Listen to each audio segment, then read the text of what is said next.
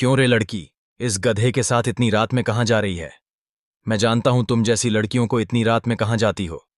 साहब, गरीब लड़कियों भीख मांग कर आ रही हूं, इसलिए देर हो गई। मुझे परेशान मत करो, मुझे जाने दो। इतनी हिम्मत कैसे हुई यहां आने की? खबरदार, जो एक भी शब्द बोली चल निकल यहां से, वरना।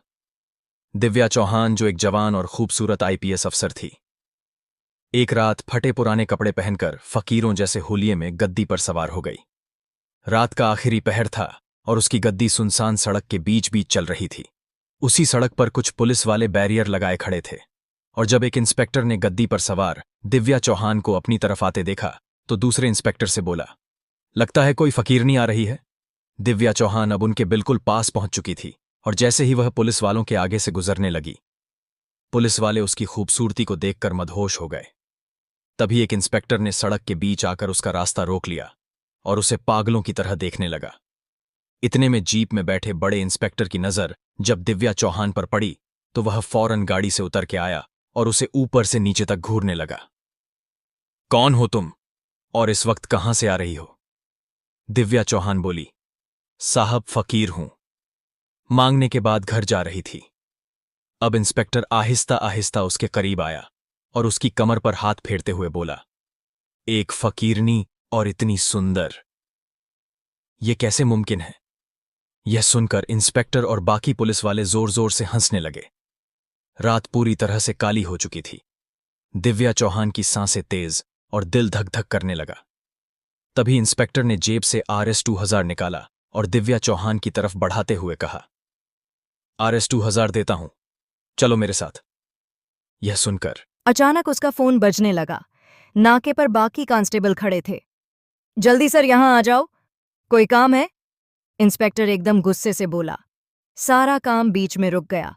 फिर उसने दिव्या चौहान से कहा, अभी ये सफाई रहने दो, थोड़ा काम आ गया है, जल्दी मेरे साथ चलो, फिर बाद में आते हैं। दिव्या चौहान और इंस्पेक्टर गाड़ी में बैठकर वापस उसी जगह पर आ गए जहां नाका लगाया गया था। इंस्पेक्टर ने कांस्टेबल से कुछ बात की और फिर दिव्या चौहान के करीब आकर बोला, चलो अब चलते हैं। काम खत्म हो गया। दिव्या चौहान को अब इंस्पेक्टर पर थोड़ा शक होने लगा था। वह बोली, मैं अब जा रही हूं, ये RS-2000 वापस ले लो। लेकिन इंस्पेक्टर ने कहा, जल्दी फौरन गाड़ी में बैठो, सफाई भी तो करनी है, फिर छोड़ देता हूं तुम्हें घर भी। दिव्या चौहान गाड़ी में बैठ गई और खुद से बोली, देखती हूं ये कहां तक जाता है। इंस्पेक्टर अब गाड़ी को सड़क पर दूसरी तरफ ले जाने लगा और दिल में कहने लगा, वहां खंडहर महल पर ठीक नहीं है, इसे दूसरी जगह पर ले जाता हूं। रात पूरी तरह से काली हो चुकी थी। गाड़ी अब कालावन की तरफ बढ़ने लगी। दिव्या चौहान ने यह देखा तो दिल में थोड़ा डरी, लेकिन क्योंकि वह IPS अफसर थी, उसने खुद को संभाला। इंस्पेक्टर ने गाड़ी अचानक घने कालावन के बीच रोक दी और बोला, चलो उतरते हैं। दिव्या चौहान हैरत से बोली, अब यहां क्या काम है? क्यों लाए हो? इंस्पेक्टर ने उसका हाथ पकड़ा। आओ तो सही बताता हूं। दोनों जंगल के अंदर पैदल चलने लगे। कुछ फासले पर एक कपड़े की झोपड़ी पड़ी थी। इंस्पेक्टर हल्की मुस्कुराहट के साथ दिव्या चौहान को उसके करीब ले आया। दिव्या चौहान के दिल में घबराहट बढ़ने लगी, लेकिन वह खामोशी से देखती रही। इंस्पेक्टर उसके करीब आया और बोला, चलो अंदर आओ झोपड़ी में। दिव्या चौहान ने गुस्से से भारी आवाज में कहा, यहां कैसी सफाई होगी? इंस्पेक्टर ने उसके लहजे को देखते ही फौरन बात बदली। तुम भी ना कुछ और ही समझ लेती हो? 1 मिनट रुको, मैं तुम्हें समझाता हूं। यह कहकर वह झोपड़ी के अंदर दाखिल हो गया। अंदर जाकर धीरे से बड़बड़ाया, जबरदस्ती नहीं करता, कहीं बाहर जाकर जुबान ना खोल दें। चंद लम्हे बाद इंस्पेक्टर हंसने लगा। यह क्या समझती है, ऐसे ही जाने दूंगा। कुछ देर बाद वह बाहर आया। दिव्या चौहान हैरानी से उसको देखने लगी।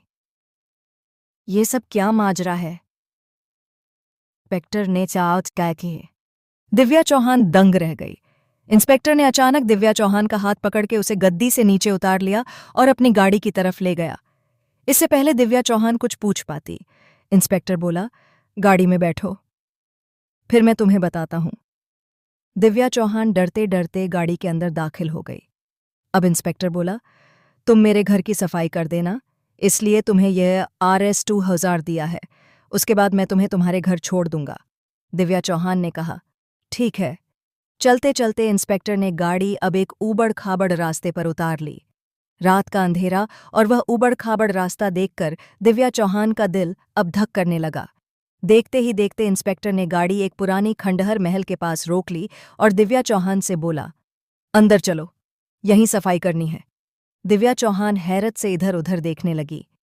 यह इस वीरान जगह पर कहाँ सफाई होगी? इंस्पेक्टर उसको खंडहर महल के अंदर ले गया। सामने एक टूटी हुई सीढ़ी थी। इंस्पेक्टर ने दिव्या चौहान का हाथ पकड़ा और उसे सीढ़ियों से ऊपर ले गया। दिव्या चौहान चुपचाप उसके साथ चलती रही। ऊपर एक बंद पड़ा कमरा था।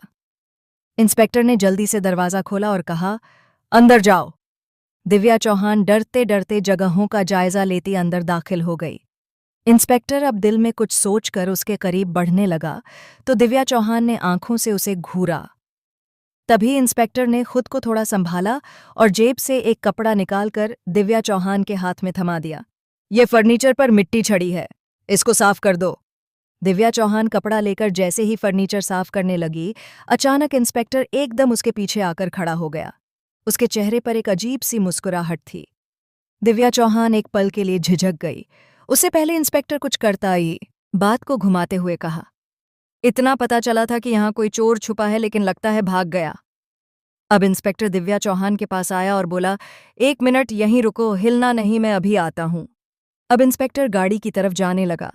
दिव्या चौहान पीछे से हैरानी से देखती रही कि क्या मामला है। देखते ही देखते इंस्पेक्टर ने गाड़ी से एक लाल रंग का जोड़ा निकाल लिया और लाकर दिव्या चौहान के हाथ में पकड़ाते हुए कहा, ये वाला सूट पहन लो। दिव्या चौहान हक्की बक्की रह गई कि इस घने जंगल के बीचों बीच ये कपड़े बदलने को क्यों कह रहा है। इससे पहले कि वह इंस्पेक्टर से कुछ पूछ पाती, इंस्पेक्टर ने उसकी आंखों में सीधी नजर डालते हुए मासूम से अंदाज में कहा, वो तुम्हारे कपड़े काफी पुराने हो गए हैं ना, झोपड़ी में जाकर ये पहन लो।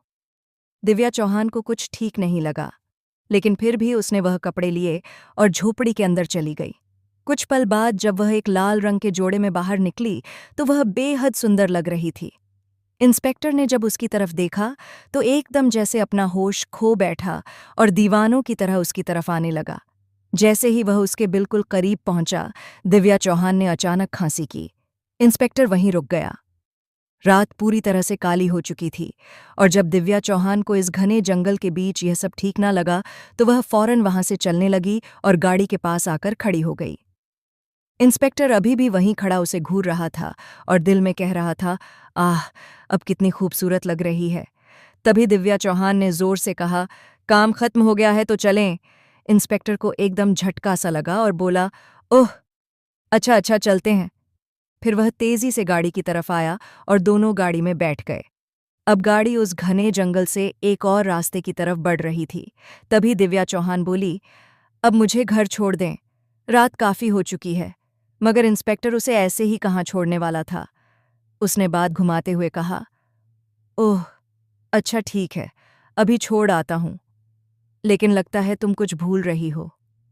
दिव्या चौहान अभी दिल में सोच ही रही थी कि वह ऐसा क्या भूल रही है। तभी गाड़ी जंगल से निकलकर एक पहाड़ी इलाके की तरफ जाने लगी।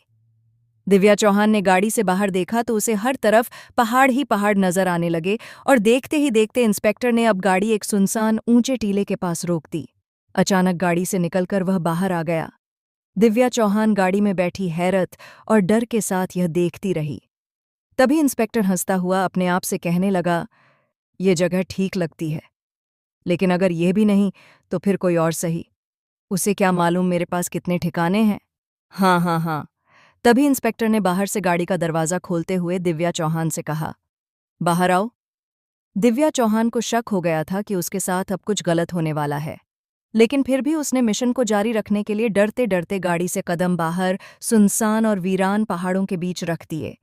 रात का आखिरी पहर था और यहाँ दूर दूर तक किसी इंसान का नामो निशान भी ना था। अब दिव्या चौहान बोली, यहाँ क्यों लाए हो, यहाँ कौन सा काम है।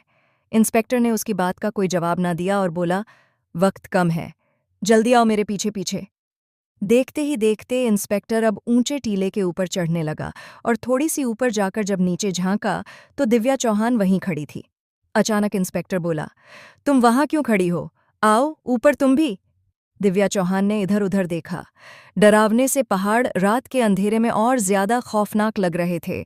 अब दिव्या चौहान उसके पीछे पीछे ऊपर ऊंचे टीले पर चढ़ने लगी। इंस्पेक्टर ने जब उसे अपने पीछे आते देखा तो मुस्कुराया और बोला, जल्दी जल्दी जल्दी आ जाओ, पहाड़ काफी ऊंचा है। अब इंस्पेक्टर और दिव्या चौहान पहाड़ की सबसे ऊंची चोटी पर पहुंच गए थे। दिव्या चौहान ने जैसे ही चोटी के किनारे पर जाकर नीचे झांका तो वहां हजारों फीट गहराई थी। यह देखकर दिव्या चौहान थोड़ा डर गई। जब इंस्पेक्टर ने दिव्या चौहान को किनारे पर खड़ा पाया तो वह पीछे से उसकी तरफ देखने लगा और आहिस्ता आहिस्ता दबे पांव उसकी तरफ बढ़ने लगा। उसके बिल्कुल करीब पहुंचकर इंस्पेक्टर ने उसे कमर से पकड़कर आगे की तरफ झटका दिया। धक्का दे दूं? धक्का दे दूं? दिव्या चौहान पूरी कांप गई। उसका दिल तेज तेज धड़कने लगा। वो एकदम पीछे मुड़ी और गुस्से से बोली, पागल हो तुम? ये क्या हरकत है? क्या तय की? तभी इंस्पेक्टर मुस्कुराता हुआ बोला, मक्कद भी पता चल जाएगा, थोड़ा सब्र तो करो, आओ मेरे साथ। देखते ही देखते अब इंस्पेक्टर पहाड़ के आखिरी हिस्से की तरफ जाने लगा, जहां एक खजूर की बनी झोपड़ी थी। झोपड़ी के पास पहुंचकर इंस्पेक्टर ने पीछे दिव्या चौहान को आवाज लगाई, जल्दी आओ। उधर दिव्या चौहान ने वहीं खड़े अपने आप से कहा, पता नहीं इस इंस्पेक्टर के दिल में क्या चल रहा है, लेकिन मुझे अपना काम भी तो पूरा करना है। दिव्या चौहान अब इस डरावने और सुनसान पहाड़ के ऊपर आहिस्ता आहिस्ता झोपड़ी की तरफ आने लगी। रात पूरी तरह से छा चुकी थी और आसमान भी पूरी तरह से काला हो चुका था।